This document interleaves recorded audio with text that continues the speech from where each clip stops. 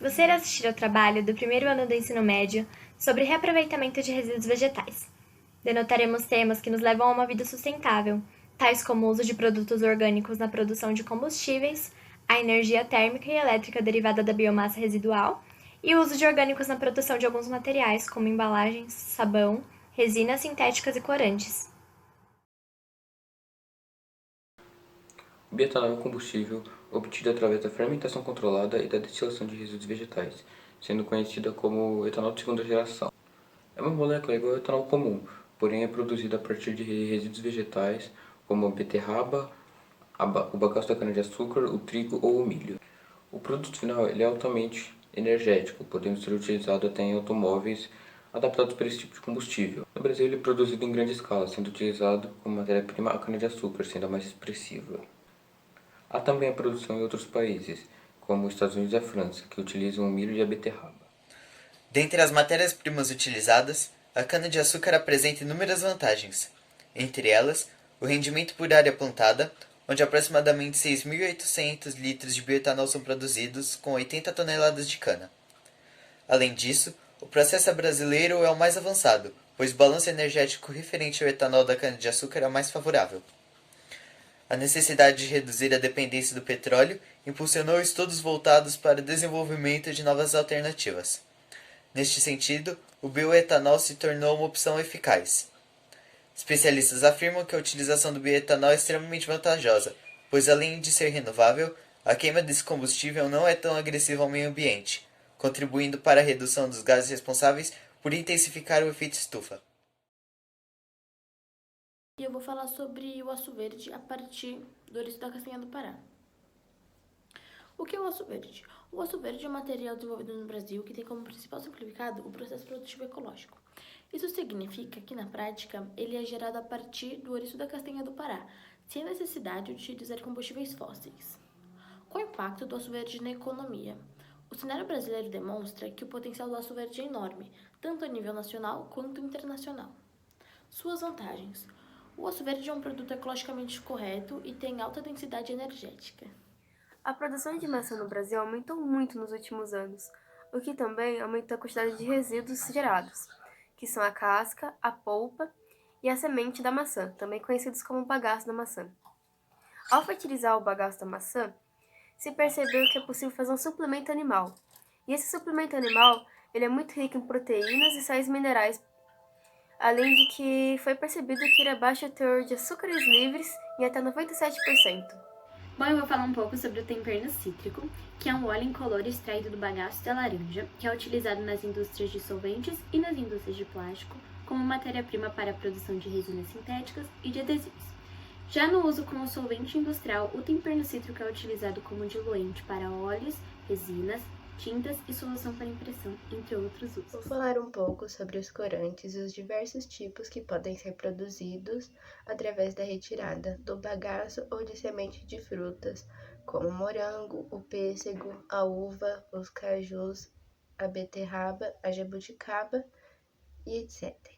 Os corantes artificiais são frequentemente usados nos processos alimentícios e continuam sendo os mais utilizados pela indústria, por causa da sua estabilidade e baixo custo de produção, mas cada vez mais estão fazendo a troca desse corante artificial pelo natural, pois a ingestão desses corantes podem causar prejuízo à saúde. Você sabia que anualmente são consumidas cerca de 2,5 milhões de toneladas de isopor em todo o mundo?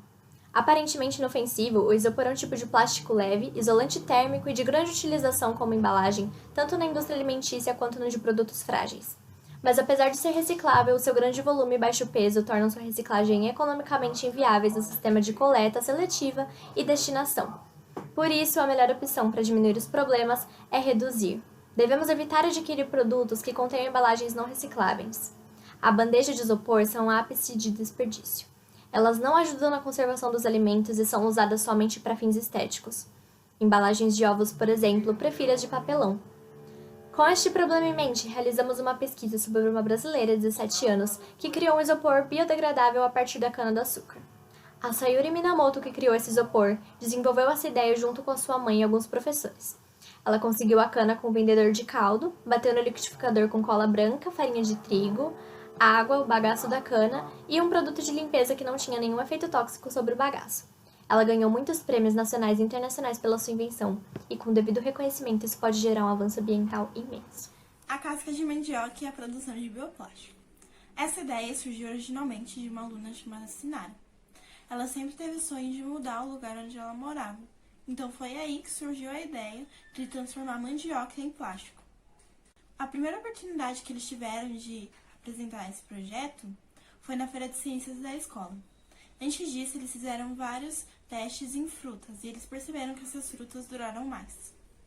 Uma pesquisadora boliviana explica um pouco mais sobre esse processo. Ela fala que ele é uma tecnologia verde, onde o ozônio é modificado, formando assim o bioplástico. A Sinara ela acredita que a produção de bioplástico é uma alternativa muito melhor do que o plástico tradicional, apesar do seu custo ser um pouco mais caro. Ela também diz que essa ação, apesar de pequena, faz muita diferença no mundo.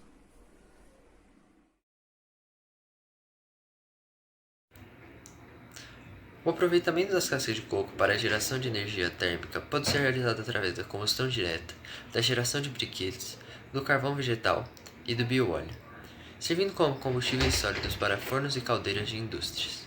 O maior benefício é seu baixo custo, já que é gerado a partir das 2 bilhões de cascas de coco que são descartadas por ano no Brasil. Com o reuso desse número de cascas, seria possível gerar 23% da energia gerada por Itaipu. O aproveitamento da palha de carnaúba é muito semelhante ao uso da casca do coco, onde a palha e o talo da carnaúba são utilizados na geração de briquetes. A partir dessa densificação, os briquetes são utilizados como combustíveis para máquinas, como caldeiras de indústrias.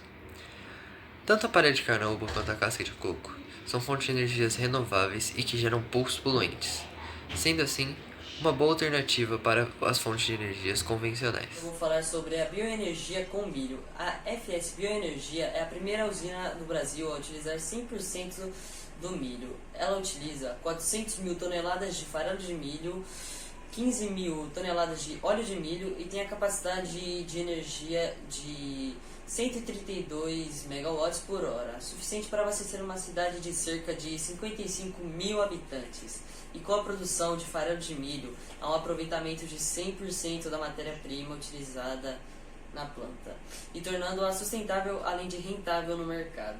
Você sabia que lixo orgânico pode ser transformado em bioenergia? Bom, isso acontece devido ao reator chamado BioWatt. Ele utiliza a irradiação dos seus processos químicos, transformando esse lixo em energia dentro de poucas horas, não gerando nenhum produto ou resíduo tóxico. O objetivo desse trabalho foi avaliar como é importante o uso de resíduos vegetais na produção de diversos produtos, como corantes, resinas sintéticas, adesivos, que podem até ser benéficos à nossa saúde. Citamos também os bioplásticos, as embalagens sustentáveis, o bioetanol e a bioenergia, que são importantes por conta de suas vantagens. Eles são benéficos ao meio ambiente, são recicláveis e renováveis. Reaproveitar os resíduos vegetais é uma ótima estratégia para favorecer a sustentabilidade, reduzindo a perda e otimizando o aproveitamento. A responsabilidade social e a preservação da natureza é a chave para mantermos o equilíbrio ambiental.